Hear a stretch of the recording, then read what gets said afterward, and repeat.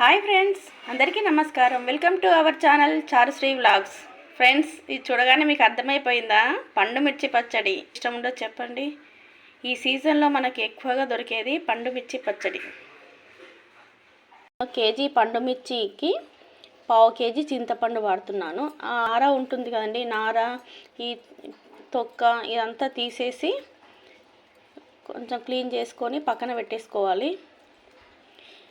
నేను కేజీకి పావు కేజీ చింతపండు వాడుతున్నాను. మీరు ఎక్కువ పులుపు వద్దు అని అనుకుంటే కొంచెం తగ్గించుకోవచ్చు.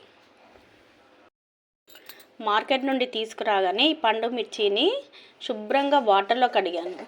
మనం వాటర్లో కడిగేటప్పుడు ఏంటంటే ఈ తొడిమని అనేది తీసేయకూడదండి. తొడిమ తీసేయడం వలన ఈ దీంట్లో నుంచి వాటర్ లోపలికి వెళ్ళిపోతుంది. సో మనకి పచ్చడి అనేది పాడైపోతుంది, ఎక్కువ రోజులు నిల్వ ఉండదు. అందుకని తొడిమ తీయకుండానే మీరు ఏమైనా క్లీన్ చేసుకోవాలనుకుంటే ఈ పండు మిర్చిని క్లీన్ చేసుకోండి. తర్వాత క్లీన్ చేసుకున్న తర్వాత ఇది నేను కాసేపు ఎండలో ఆరబెట్టాను. మీరు ఫ్యాన్ కింద కూడా నీడలో ఆరబెట్టుకోవచ్చు. తడి అంతా ఒక క్లాత్తోని తుడిచేసుకొని ఫ్యాన్ కింద ఆరబెట్టేసుకోండి. ఇలా ఆరబెట్టుకున్న తర్వాత వీటికి ఉన్న తొడిమల్ని తీసేసి మీరు ఈ పండు మిర్చిని ఇలా ముక్కలుగా కట్ చేసుకోండి.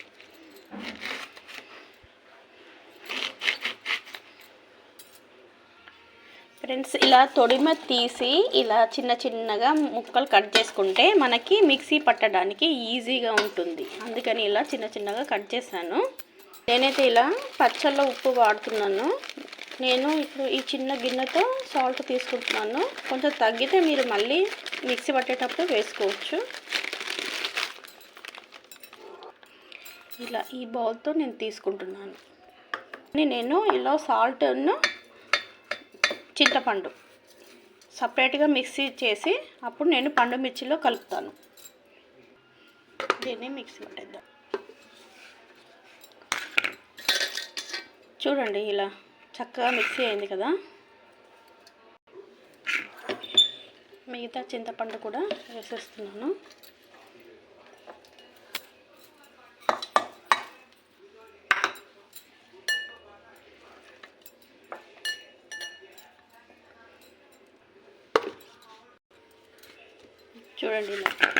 చూడండి చక్కగా మిక్సీ అయింది.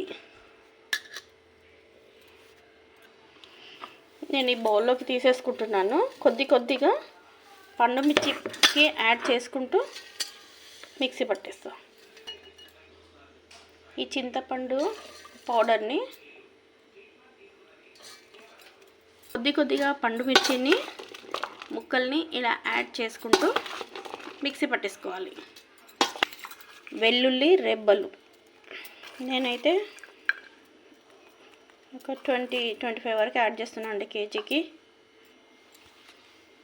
కేజీకి ఒక స్పూన్ జీలకర్ర, ఒక స్పూన్కి తక్కువ మెంతులు ఇలా రోస్ట్ చేసి పెట్టుకున్నాను. మంచిగా బ్రౌన్ కలర్లో వచ్చేంతవరకు రోస్ట్ చేసుకోవాలి.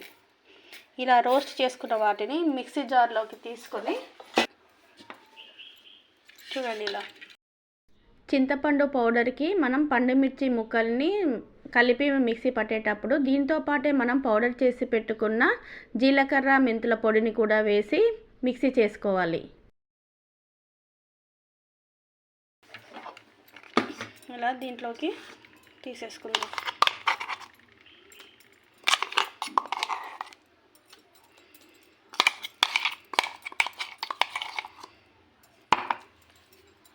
అన్నీ కూడా మిక్సీ పట్టేసుకొని ఇలా ఒక దాంట్లో చక్కగా మనము 2-3 టైమ్స్ కొంత మిక్సీ జార్లో వేసుకుంటాం కదండి.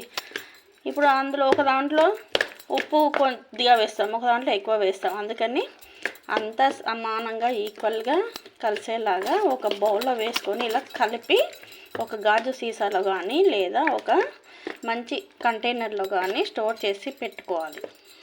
మిక్సీ పట్టుకున్న ఈ పండు మిర్చి పచ్చడిని ఇలా ఒక దాంట్లోకి తడి లేని ఒక డబ్బాలోకి కానీ స్టోర్ చేసుకోండి. దీన్ని ఇలా ఒక 1 డే కానీ 2 డేస్ కానీ అలా కదపకుండా పక్కన ఉంచేసి తర్వాత నెక్స్ట్ డే చక్కగా మిక్స్ చేసి మీకు కావాల్సినంత పోపు పెట్టేసుకోండి. ఇలా అంతా ఒకేసారి పోపు పెట్టడం కంటే కూడా మనకు ఎంత అవసరమో అంతే తీసుకుంటూ మిగతావి ఫ్రిడ్జ్లో స్టోర్ చేసుకోండి.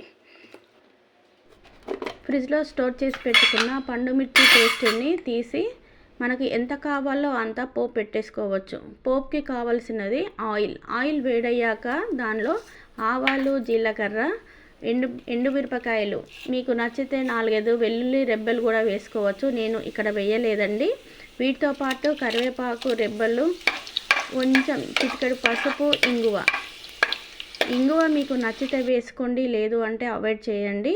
ఇలా పోపు పెట్టుకున్న దానికి మనం పేస్ట్ చేసి పెట్టుకున్న పండు మిర్చి పేస్ట్ని కలిపి 2-3 నిమిషాలు ఇలాగే కొంచెం కదుపుతూ ఉండండి. దానిలో ఉన్న పచ్చి వాసన పోయి చాలా రుచికరంగా ఉంటుంది. అంతేనండి, పండు మిర్చి పచ్చడి రెడీ. దీనిని వేడి వేడి అన్నంలోకి నెయ్యి వేసుకొని పండు మిర్చి పచ్చడి కలుపుకొని తినండి. చాలా చాలా చాలా బాగుంటుంది. నచ్చితే మీరు కూడా ట్రై చేయండి. ఎలా ఉందో చెప్పండి. నచ్చితే లైక్ చేయండి, షేర్ చేయండి, కమెంట్ చేయండి. Thank you for watching.